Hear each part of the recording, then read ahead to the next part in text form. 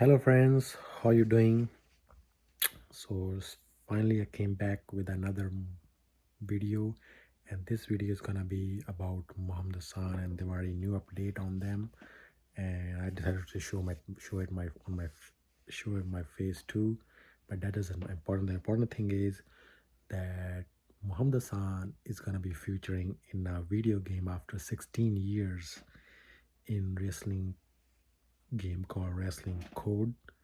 And I think already I've been very late on this because I've been busy with many other things, but it's very great in news that I wanted to share with you guys. I think many of you guys, or maybe I think all of you guys who knows Muhammad Hassan and follow Muhammad Hassan and Daivari knows about this story that Muhammad Hassan is going to be featuring in a video after 16 years. Last time he was in the video game was wrestling video game was in 2006, SmackDown versus Raw, and this is after 16 years. He decided to be the part of the wrestling game that is being named called Wrestling Code, and I have seen the video. I think I'm sure you guys did too. It's on YouTube. Even Mohammed Hassan posted on his Instagram, and it looks good. And the great thing is that he even cut the promo in that game, and they even show him making the cutting the promo in somewhere in the hotel for the voice for him, and it looks very cool, and he looks good in the video. He looks in good shape, even though he's almost 40 now. So it's very good to see that something came out of Muhammad Hassan for us to see. Like, if the game get available, I might be buy that game too, just for Muhammad Hassan. So it's a great game, and I hopefully it does release this year, and hopefully it get very successful. And the best part of it, the video game is about is that there's Muhammad Hassan to play Muhammad Hassan character again in another video game is very good. I'm glad Marco Pani Muhammad Hassan decided to be a part of the video game that, and he even cut the promo. And I think all you guys saw that promo where he says that he's been exiled for 16 years, but now he's come back. He was exiled, a young man who's from Detroit, Michigan, whose dreams were tarnished. His dreams were broken when he was his red legacy was broken because of none of his fault, and he was exiled for 16 years, but now he's finally back to take back his legacy. It's a very cool promo. I mean, if he cut this promo in WWE Arena, if he ever come back, if he cut this kind of a different kind of a promo in WWE, this is gonna be it's gonna be very cool to see, and I think the crowd reaction will be great to see how they react to it. If some people remember him, maybe cheer for him, or maybe some people don't even know him, stay quiet, or some people even still boo him. But if you imagine that promo he cut in the WWE, same like that of promo that he was like in exile for some reason and all that, it would be great to see. But that does not happen does not happen in the WWE, but it does happen in the video game.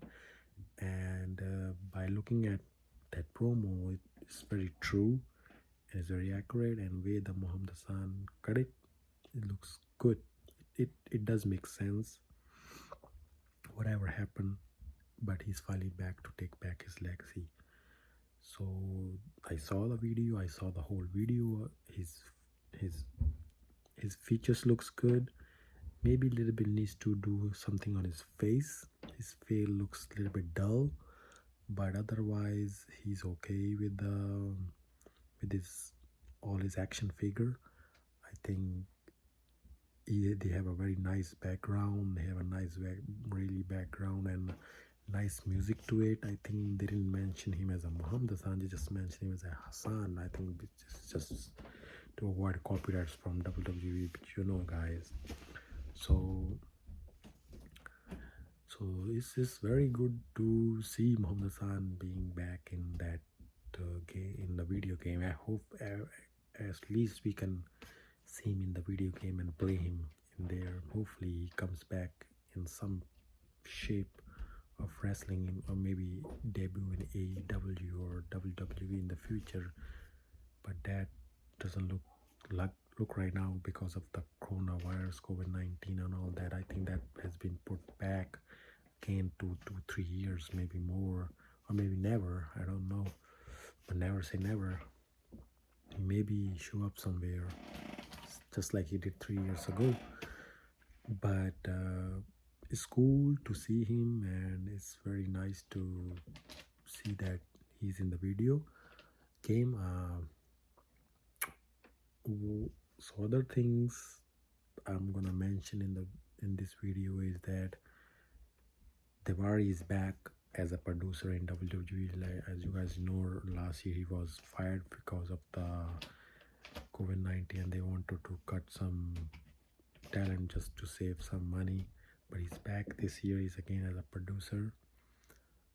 Arya Daivari has been released. His brother, has a great interview with Chris Van Vliet, and I listened to that too, where he mentioned about being as a small brother of Daivari, Sean Daivari, and he always wanted to be like him, or like a Muhammad Hassan. He always wanted to be like him, but time changes, and he could not be like that same kind of a character. He cannot play that character because when he debuted in WWE, that was 10 years after, and time has changed. You cannot do that kind of character.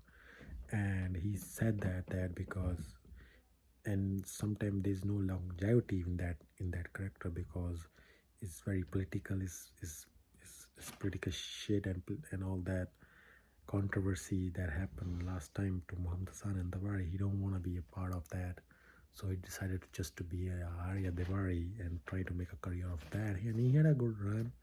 I mean, not so many people will remember him, but hopefully he will come back too, and maybe Muhammad Hassan come back. Sean Daivari is already there. Maybe they have a kind of a stable, but that's just my wishful thinking. Nothing serious. But that was a good interview where he mentioned about all these things, and it's great to see. I see so many other videos of people discussing about Muhammad Hassan. Rene Dupree talks about Muhammad Hassan. I think that was on GP Wrestling Production. That's like an Ireland podcast where he mentioned that if right now why WWE is too short because of the sponsors and all that. If it gets too much heat, you have to cut that shit. And I see Daivari have a video interview with Tommy Dreamer. I think that already I mentioned that the guy who choked the Undertaker was Venus, and I think the Basham brothers talk about him. I think Ujin talk about Muhammad Hassan. So there's always Muhammad Hassan is always on the news. I mean, wrestler discusses him. Carlito just talked about him some months ago. I always look for his videos on YouTube or articles on websites, but there's nothing else coming up from Muhammad Hassan except for that wrestling game. But there's some stories that had came out from writers or the producers in OVW that was there when Mark Kopani Muhammad Hassan was there, and they talk about all the things that happened at that time, because the way they said it, that yeah, Muhammad Hassan was going to be a great heel in the world wrestling, but it wasn't meant to be. But they always, I don't think anybody say bad word about Muhammad Hassan, because he never said that too. I never seen Muhammad Hassan complaining about his run in WWE or after that or before that in OW. He never said bad things about any promoter or bad things about any wrestler or producer or writer or anything. He just blamed himself that he could have been better. He could have did some things that he could have done, had a chance to done over again. I could have been different thing. So he blamed himself for some reasons, because he maybe knows, and he sometimes he told, I mean, you guys know in the interviews he told that he was young and he made some mistakes in the interviews, but he wish he could have done it over again, but that's life, he cannot. But I don't think that changed the outcome what happened to him in the end. But it's good that he don't criticize anybody. He don't criticize Vince McMahon. He don't criticize UPN or WWE or anyone else. He just blame it on himself or destiny, and I like that other wrestler talk about Muhammad Hassan for giving an example of anything they talk about. They don't talk about anything bad about Muhammad Hassan. They will just say he was a nice guy, got a raw deal, he got a that sentence in WWE when they gave him that character. So that kind of a things that was or is